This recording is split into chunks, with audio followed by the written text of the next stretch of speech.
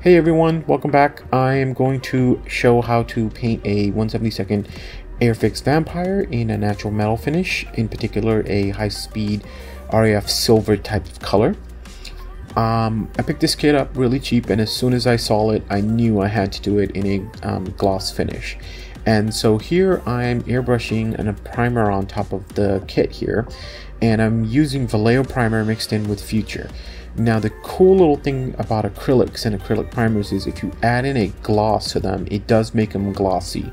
So by adding in Future, I'm making the primer glossy, and I'm also making the primer more resilient and dry or cure faster. So this is a nice little trick with Vallejo primers you can do if you have Future laying around. If you don't have Future, you can use Quick Shine. Just keep in mind Quick Shine isn't good for dipping canopies. I've already tested it, and maybe I'll do a video on it one day. But you can see this beautiful gloss I've achieved with the Future added into the Vallejo primer.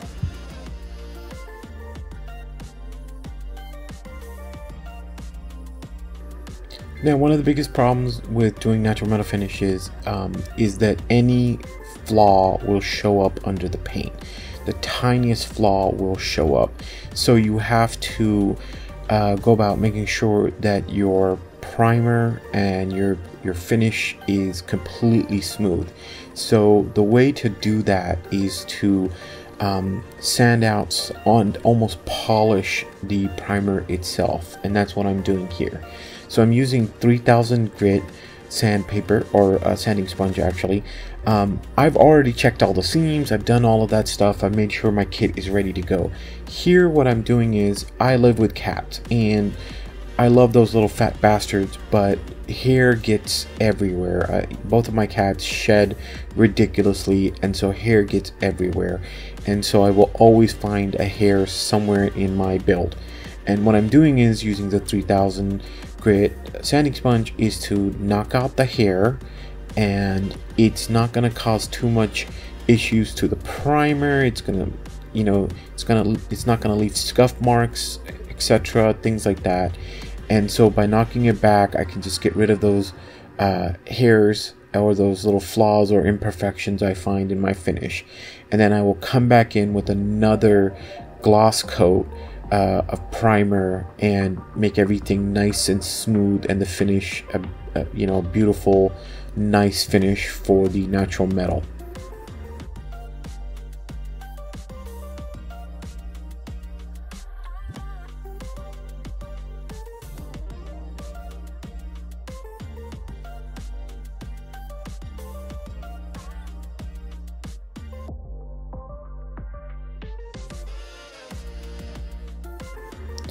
The kit provides two decal options. One is a heritage airplane flying currently, and a trainer that flew in the past. And I wanted to replicate the colors, and I tested aluminum and white aluminum. And based on the pictures that I found of the current airplane flying, white aluminum seemed more appropriate in tone. And so I decided to go with the white aluminum. Now, it looks really shiny on the gloss black, and I understand that, but I'm going to tone that down. But it's better to start with the white aluminum because it resembles more of the silver-ish color that the Heritage airplane was painted in. So here I'm airbrushing the white aluminum, and my favorite way to airbrush Vallejo Metal colors is not by using my thinner mixture. It's actually using Tamiya X20A acrylic thinner mixture. And the reason for this is there's something in X20. I am not a chemist, but one of my chemist friends explained to me that one of the ingredients is almost like a retarder for the particular components of Vallejo Metal colors. Tamiya X20 does not work with regular Vallejo model air or model colors, but it works well with Vallejo Metal colors, and you don't get tip drying and all of the other issues that you normally get with these type acrylics paints. So I really like using it. It makes the paint flow better. It works. And as you can see, you get a really shiny airplane with the metal colors.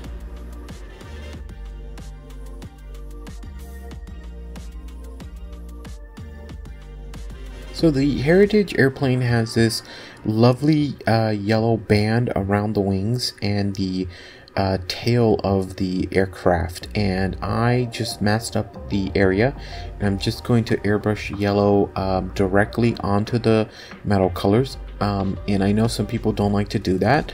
I've never had a problem doing that. I think it looks more natural this way, so I just straight up just airbrush the color on top of the metal colors and go about my business. As you can see, as long as you go slow and just build up the color, it will come through and it will look very nice, and it's a lovely scheme.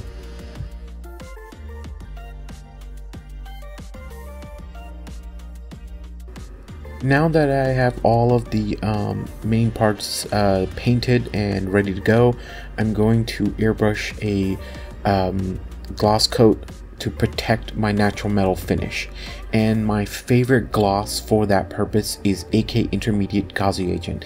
It is the only gloss coat that I have found that does not in any way impact or reduce the shine of metal colors, and I've used it on various different kinds of metallic paints. I've used it on Alcalad, I've used it on AK Extreme Metal and Vallejo, and it doesn't reduce the shine. Everything else that I've tested reduces the shine of the metallic paint slightly. This is the only thing that doesn't. I love it. I really love AK Intermediate Gauzy Agent. I use it as the gloss coat for my protective layer for decaling on non-metallic finishes, for you know, weathering and decals. I just love it. I really love this stuff. So good and just amazing.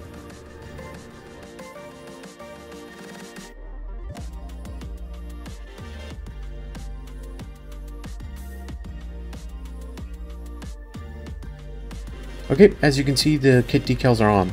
I forgot to record the decaling of the airplane, but what I can tell you about the decals are, they are some of the worst decals I've ever used in my entire life. I mean, they were horrendous.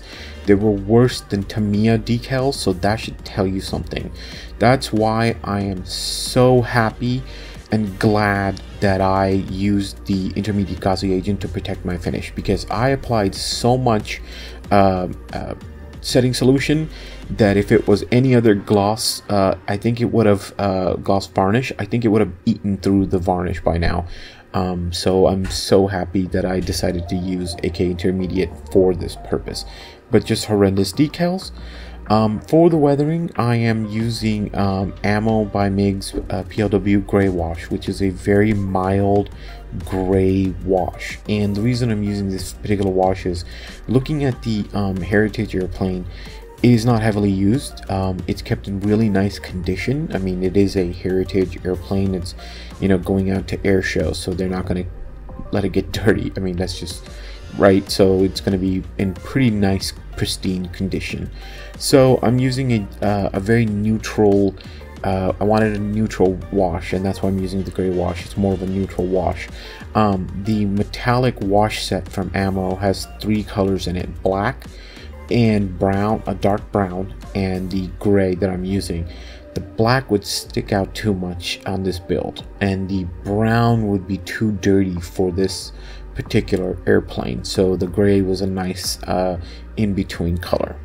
I really do like that set from Ammo, so if you're planning to do a lot of metallic colors, I would recommend that. But honestly, nowadays I'm really using oils more, and they just give you a little bit more bang for the buck. And one of the big problems with Ammo, in my opinion, is their washes seem to dry up very quickly, and I don't know why.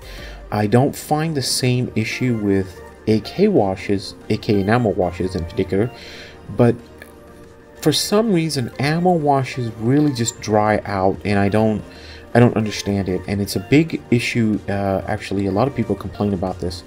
And I'm starting to move away from enamel just because of the smell, to be honest. But the oil wash you can make at home, you know, and they're just, you can control it so you can get better effects from it. So I do recommend oils nowadays over enamel washes. But here's the final results. Lightly weathered, still shiny.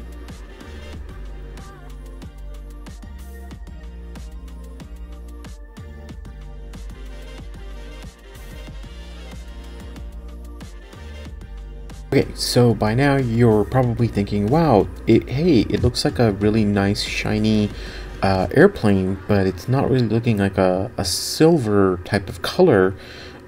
So what gives? Because the real airplane is more of a silver-ish or a muted silver type of color.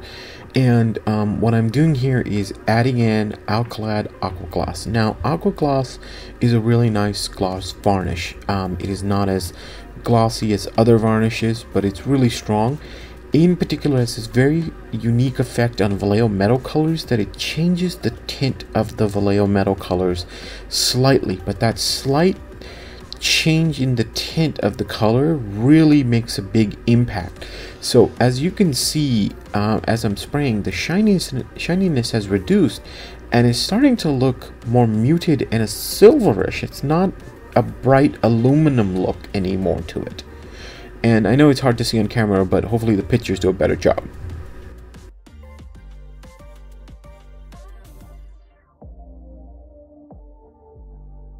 In conclusion, this was a fun little kit to build.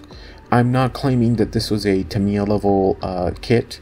It has issues, fit issues. The surface texture is rough. There's no cockpit detail, but overall it was a fun kit to build. It's a unique subject, and for me it was a palette cleanser after a long month of not really being able to model as much as I wanted to, and being busy most of the time. And who doesn't love doing natural metal finishes? I really love doing natural metal finishes, and the more I do them, the more I want to do them. And I really liked how the airplane came out. It does have this beautiful dull silverish look to it, like the real airplane that's currently flying. So I'm happy with the results. I would say that what pissed me off about this build was the decals. They were just bad, and I cannot stress how bad they were. If I were to do this kit again, I would buy aftermarket decals because of how bad they are. But as you can see, it turned out pretty nice, or at least I hope you think it turned out pretty nice. It's got a nice silvery, muted silver look to it, and it's got those big yellow bands that make it stand out and pop. And the Vampire is just an interesting airplane, in my opinion, that doesn't get enough love out there. So thank you for joining me. I hope you liked the build, and I hope you liked the final results. See you next time.